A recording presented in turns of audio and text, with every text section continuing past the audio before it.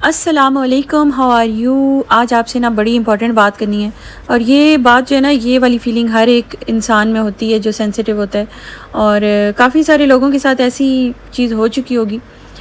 ہوتا یہ ہے کہ ہمارے سگے ریلیٹیوز یا جو ہمارے بہن بھائی آپ کہہ لیں، یا بہت ہی جو ہمارے کلوز فرینڈز ہوتے ہیں نا، تو وہ نا ہمارے ساتھ بہت زیادہ چلاکیاں کر رہے ہوتے ہیں، لیکن کیونکہ ہماری نیچر اچھی ہوتی ہے، ہم انہیں کسی بات پہ انکار نہیں کر سکتے، یا ان کو کسی بات پہ ہم ٹوک نہیں سکتے، ان کو ہم جتاتے ہی نہیں ہیں کہ ہمیں تمہاری چلاکیاں سمجھ آ رہی ہیں، تم ہمارے ساتھ ایسا کیوں کر رہے ہو۔ ہم کبھی کوئی شکوہ نہیں کریں گے، کبھی کوئی گلہ نہیں کریں گے، تو وہ نا پھر اور زیادہ اوور کانفیڈنٹ ہو جاتے ہیں کہ اچھا یہ تو بے وقوف ہے، اس کو تو سمجھ ہی نہیں آ رہی کہ میں اس کے ساتھ کیا چلاکی کر رہا ہوں یا کر رہی ہوں۔ تو وہ نا چلاکیوں کا سلسلہ جاری رکھتے ہیں، وہ اپنی مرضی کے مطابق ہمیں چلائے رکھتے ہیں، اور وہ ہمیں وہی چیز دکھاتے ہیں جو وہ چاہتے ہیں کہ ہم اتنا دیکھیں۔ حالانکہ ہمیں سب پتہ ہوتا ہے، لیکن ہم اس رشتے کو بچانے کے لیے، اس دوستی کو، اس تعلق کو بچانے کے لیے چپ رہتے ہیں۔ حالانکہ ہمارے اندر بھی کوئی ایسی وہ نہیں ہوتی ہے کہ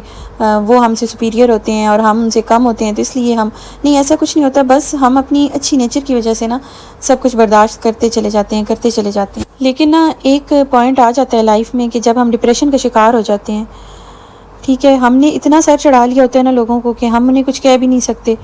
تو بہتر ہے، میں سمجھتی ہوں کہ اس طرح نہ کیا جائے، اپنے آپ کو ڈپریشن میں جانے سے بچایا جائے، اور جو آپ کے ساتھ جیسا کرتا ہے نا، میں کہتی ہوں کہ اس کو جتائیں ضرور۔ اگر آپ اس کے ساتھ اس طرح کر نہیں سکتے نا، تو آپ جتائیں ضرور اس کو کہ مجھے سب سمجھ آ رہا ہے، میں بے وقوف نہیں ہوں، اور ایسے تعلق اور ایسے رشتے کو میں سمجھتی ہوں کہ قائم رکھنے سے بہتر ہے کہ اس کو چھوڑ دیا جائے۔ آپ کا جو ذہنی سکون ہے نا، وہ سب چیزوں سے امپورٹنٹ ہے، سب رشتوں سے، سب تعلق داریوں سے، اس کا سب سے پہلے خیال رکھیں، بعد میں کسی رشتے کا۔